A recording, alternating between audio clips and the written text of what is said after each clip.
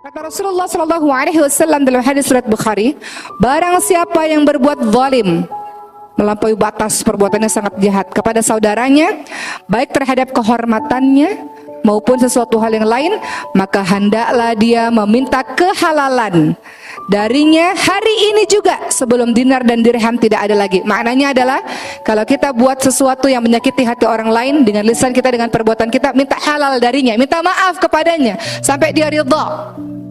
Karena kalau tidak, teman-teman sekalian, yang terjadi adalah jika dia punya amal saleh di hari akhir, maka amalan itu akan diambil sesuai dengan kadar kezaliman yang dia lakukan. Dan jika dia tidak punya kebaikan, si orang yang zalim ini nggak punya kebaikan, maka keburukan orang yang dizalimi itu akan diberikan kepadanya. Ini juga senada dengan sabdanya Rasul. Kata Rasul, wahai para sahabatku, apakah kalian tahu siapakah orang yang paling bangkrut itu? Kata para sahabat, orang paling bangkrut itu yang nggak punya uang ya Rasul, yang nggak punya harta ya Rasul. Kata Rasul, bukan. Orang paling bangkrut itu adalah ketika dia kembali kepada Allah, dia menyangka bahwa pahala puasa, bawa pahala mengaji, pahala umrah, pahala haji, pahala qiyamul lail, dia bawa pahala ibadah-ibadah dia.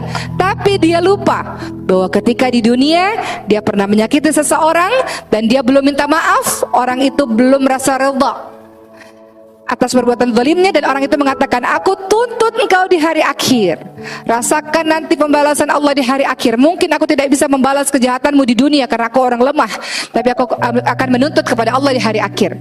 Dan orang ini nantinya ketika kembali kepada Allah, dia akan mengatakan, ya Allah, saya nggak ridha ya Allah, dia jahat kepada saya ya Allah, dia melukai saya ya Allah, dia rampas hak saya ya Allah, dia curang kepada saya ya Allah, saya nggak ridha ya Allah.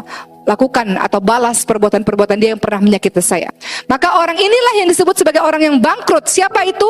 Ketika dia zalim pada orang, kemudian orang yang dizalimi menuntut di hadapan Allah, maka semua pahalanya dia yang zalim ini diberikan kepada orang yang dizalimi.